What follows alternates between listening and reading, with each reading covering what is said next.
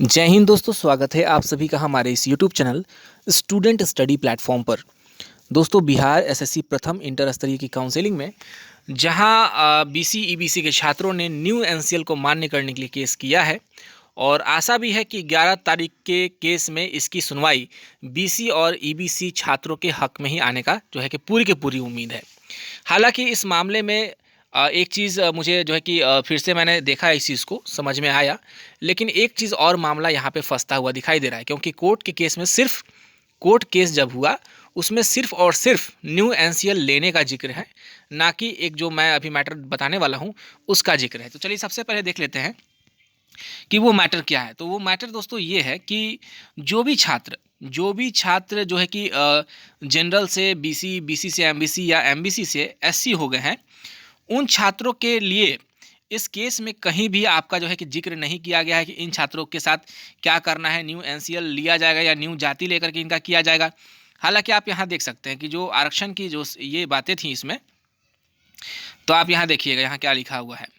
यहाँ लिखा है पॉइंट नंबर 3 पे आप देखेंगे इसमें, तो ऑनलाइन आवेदन पत्र में दावा किए गए आरक्षण श्रेणी में किसी भी परिस्थिति में परिवर्तन नहीं किया जाएगा। यानी कि आरक्षण श्रेणी की दावा आप करते हैं तो मतलब कि अगर आपने बीसी कैटेगरी चूज़ कर लिया या ईबीसी कर लिया, एमबीसी कर लिया, तो उसमें कोई भी परिवर्तन कहीं भी नहीं होगा। तथा इस संबंध में यहाँ देखिएगा, तथा इस संबंध में किसी भी आवेदन पर विचार नहीं किया जाएगा और गलत आरक्षण का दावा करने पर उन्हें अनारक्षित श्रेणी में माना जाएगा।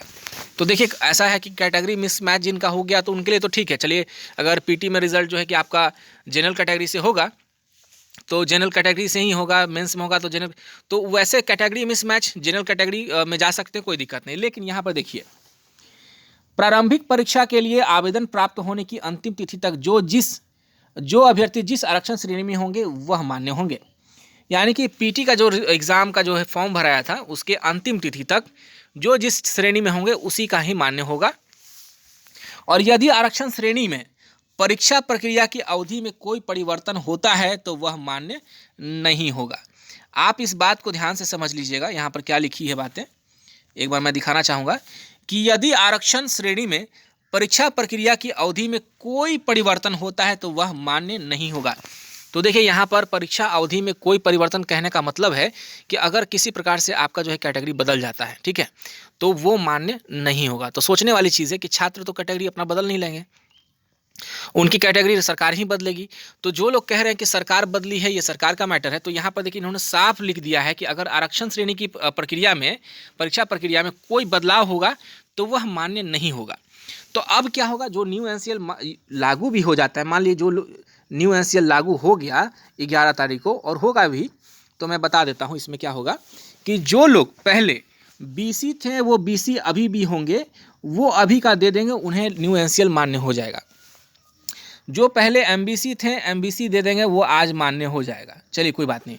लेकिन उनका क्या, जो जनरल से जो है कि अभी आ गए बीसी में, वो लोग बीसी का सर्टिफिकेट दिखा दें, या बीसी से एमबीसी में आ गए, बीसी से एमबीसी आ गए, जैसे कि तेली वगैरह जो है, तेली तमोली, ये कास्ट जो है कि पहले बीसी में थे अब बीसी से एमबीसी में आ गए हैं, तो क्या आज के डेट में वो एमबीसी का दे देंगे, तो क्या उनको एमबीसी में मान्य किया जाएगा? या जो कुछ लोग एमबीसी से जो है कि आज के डेट में एससी में चले गए हैं, एसटी में चले गए, तो क्या वो एसटी का सर्टिफिकेट देंगे? बिल्कुल इस प्रकार से ये चीज़ फंसती हुई दिखाई दे रही है, क्योंकि यहाँ विज्ञापन के शर्तों के अनुसार ही, देखिए विज्ञापन, कुछ लोग कह रहे थे कि विज्ञापन में नहीं लिखा हुआ था कि इसके पहले, तो देखिए केस जो हुआ आप सभी का, उस केस में मात्र एक ही सवाल, एक ही जो है कि क्वेश्चन हाई कोर्ट में रखा गया, एक ही जो है कि बातें रखी गई हैं कि मात्र हमारा एनसीएल लागू हो। एनसीएल के अलावा कुछ बातें नहीं लिखी गई, इसके अलावा कोई मैटर जो है आप लोग का जिक्र नहीं है कि आप लोग का जो है कि बदल गया तो आप जैसे कि एमबीसी से बीसी हो, एमबीसी से एससी में आ गए तो क्या आप एससी का सर्टिफिकेट दिखाएगा? तो उन लोगों के साथ दो चीज़ हो सकती है, समझ लीजिएगा।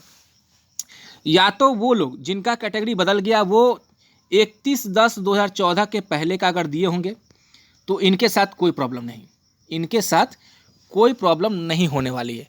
और अगर इस स्थिति में अगर आप न्यू एनसीएल नहीं दे पाते हैं या न्यू जाति नहीं बना के दे पाते हैं, तो इस स्थिति में आपको क्या होगा, आपका जनरल में, आपका जो है जनरल कैटेगरी में आपको रिजल्ट लाना होगा, यानी कि जनरल कैटेगरी में आपका रिजल्ट आएगा, उतना स्कोर होगा जनरल इतना, तभी आपका रिजल्ट इसमें फाइनलाइज हो पाएगा। तो ये चीज़ें हैं दोस्तों। बहुत सारे लोग अब इस पर ऑब्जेक्शन भी करेंगे कि नहीं ये गलत बात है। तो मैं बता दूं कि केस जो आप सभी का किया गया है, उस केस में सिर्फ और सिर्फ न्यू एनसीएल को एक्सेप्ट करने की बातें आयोग से कही गई है। ये बातें नहीं कही गई हैं कि जो जिसका कैटेगरी मिसमैच हो गया है, जिनका बदल दिया गया है, वो चीज़ उनका भी एक्सेप्ट किया जाए। तो ये चीज़ें नहीं है। केस को जो है कि केस करने से पहले स्टडी नहीं किया गया। यही चीज़ मैं बार बार कहता हूँ, केस को आनन फानन में किया गया, केस को आनन फानन में किया गया। केस पे स्टडी की जाती, दो चार लोगों से पूछी जाती, दो चार लोगों के बातों को रखा जाता, तो केस करने का एक जो है कि मतलब निकल के आता। वकील को भी जो है ये लोग डिटेल सही से नहीं बता पाए, जिस कारण से जो है कि अब इस केस में थोड़ा सा और दिक्कत होगा। और आने वाले समय में अगर ये लोग कहीं से बाहर हो जाते हैं, मैं बता देता हूँ कि जिनकी कैटेगरी बदल गई, अगर वो बाहर होते तो आने वाले दिनों में ये भी केस कर सकते हैं।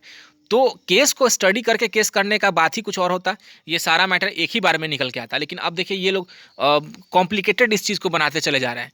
तो चलिए दोस्तों, ये चीज़ था, मैंने बता दिया आप सभी को। इस बात का ध्यान रखिएगा कि क्या होता है आने वाले दिनों में, देखने की चीज़ है। और 11 का मैं इंतज़ार कर रहा हूँ। 11 तारीख आप सभी छात्रों के लिए, हमारे लिए और सभी लोगों के लिए एक अच्छा दिन साबित हो।